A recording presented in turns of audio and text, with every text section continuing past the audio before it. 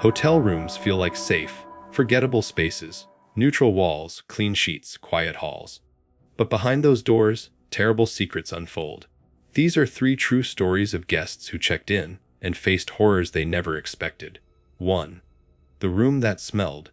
The case of Sonny and Gladys. In July 2003, a young couple named Sonny and Gladys checked into the Burgundy Motor Inn in Atlantic City, New Jersey. They were on a budget road trip up the East Coast and needed a cheap place to stay for the night. The front desk clerk gave them room 112. But the moment they entered, something didn't feel right. The room smelled awful, like rotting meat or backed-up plumbing. The couple complained, but the motel was nearly full, and the clerk simply sprayed air freshener and told them no other rooms were available.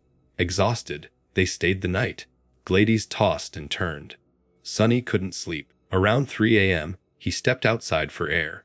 When he returned, he thought he saw something strange about the carpet near the bed. The smell had worsened. He pulled back the mattress slightly, then froze. Underneath it, between the bed and box spring, was a dead body, stuffed in the frame, bloated, already decomposing. Police were called. The couple was immediately moved to another room, but the trauma was already done. The corpse turned out to be a man who had been missing for 5 days. His body was hidden so deeply in the bed frame that housekeeping had cleaned the room multiple times without noticing anything beyond the odor. The most terrifying part: this wasn't a one-time occurrence.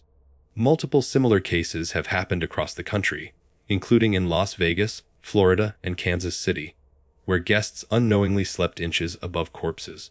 Hotels, eager to turn over rooms quickly, miss the signs. The bodies go unnoticed, and travelers, trusting the neutrality of the space, become unwilling participants in crime scenes. Sonny and Gladys never finished their road trip. Both were treated for PTSD and sleep disorders. They spoke briefly to media outlets but disappeared from public view soon after. The room was repainted. The bed was replaced. But the story stayed with everyone who heard it, a reminder that sometimes, when you sense something's wrong in a hotel room, you're absolutely right. 2. The unwelcome intruder. Melissa's nightmare in Denver. In March 2016, Melissa, a 28-year-old marketing executive from Chicago, was attending a conference in Denver. She booked a room at a well-rated downtown hotel. Nothing fancy, but well-lit, modern, and secure. Her company covered the expenses. She arrived late after a delayed flight, tired but excited for the event. She checked in, took the elevator up to the 8th floor, and settled into room 805. At first, everything seemed normal. The room was clean, quiet, and standard. She unpacked, ordered room service, then got into bed around midnight. She double-locked the door and turned off the lights. At 3:17 a.m., she woke up. Something was wrong. Her heart was racing. She thought she heard something. A faint click, followed by the soft creak of the door. She squinted through the darkness and saw the shadow of a figure standing just inside the room. At first, she thought it was a staff member, maybe a mistake. But then the figure stepped in further, slowly, deliberately, and closed the door behind him without a word. Melissa shot upright and screamed. The man froze, then ran. She heard the door fly open again, then slam shut. She scrambled for the phone and called the front desk, sobbing. Security was dispatched immediately. The front desk initially claimed there was no record of a keycard being used to access her room. But after police got involved, an uncomfortable truth came out. A rogue employee had been making master keycard duplicates and using them to access rooms at night. He had been stalking female guests, watching them check in, selecting targets, and waiting until late at night to enter. Melissa wasn't his first victim. She was just the first to wake up. The man was arrested and later convicted of multiple counts of trespassing and attempted assault. The hotel chain quietly settled with Melissa out of court. But she never stayed in a hotel alone again. For months afterward, she slept with her bedroom door barricaded. She installed extra locks in her apartment. She told interviewers she still woke up at 3 a.m. in cold sweats, her mind replaying the moment the man's silhouette appeared in her hotel room. The story made headlines briefly, but like many such incidents, it faded from public memory. The hotel rebranded. Staff were retrained. Locks were updated. But nothing could erase the terror of what Melissa experienced. A nightmare that began in a space that was supposed to be safe and turned into something far darker. 3.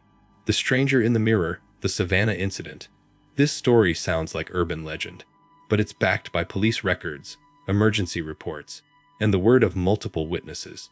In October 2018, a group of college friends, 3 women and 2 men, were traveling through Savannah, Georgia, during fall break. They booked 2 adjacent rooms at a charming boutique hotel near the city's historic district.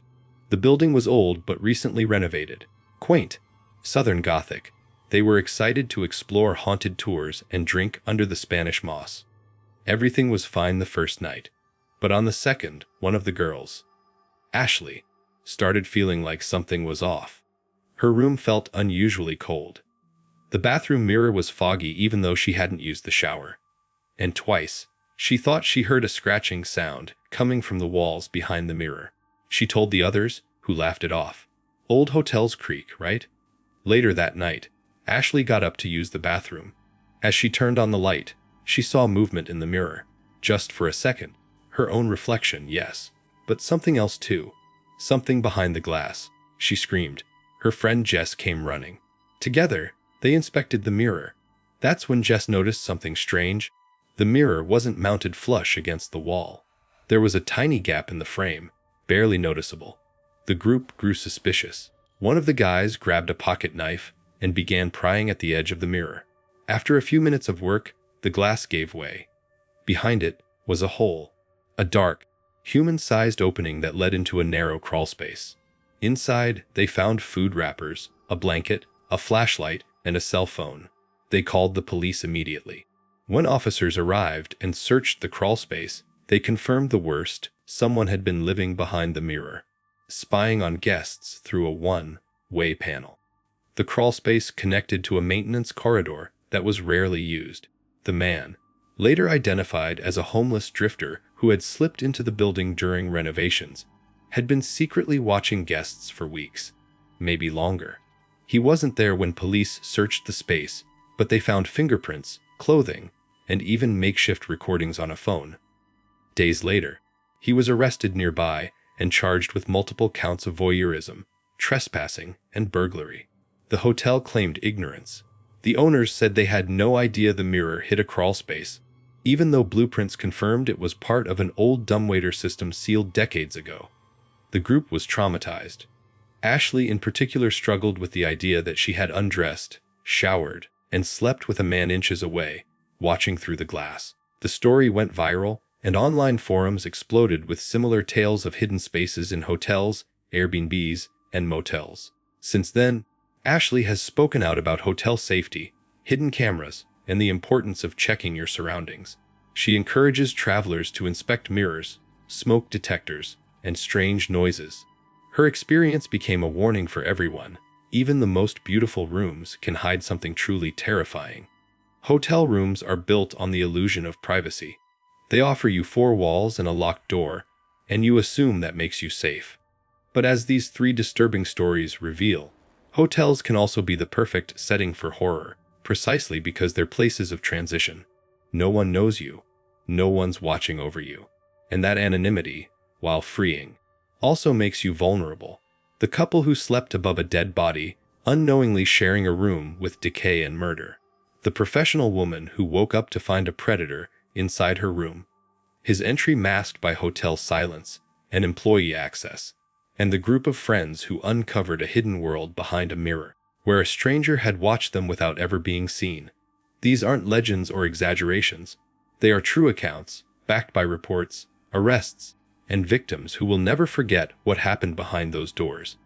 They remind us that when you check into a hotel, you're also checking into someone else's space, a space with history, shadows, and sometimes secrets no one wants to admit are real. So next time you enter a hotel room, take a moment, look around, lock every door, check the mirror, because you might not be alone.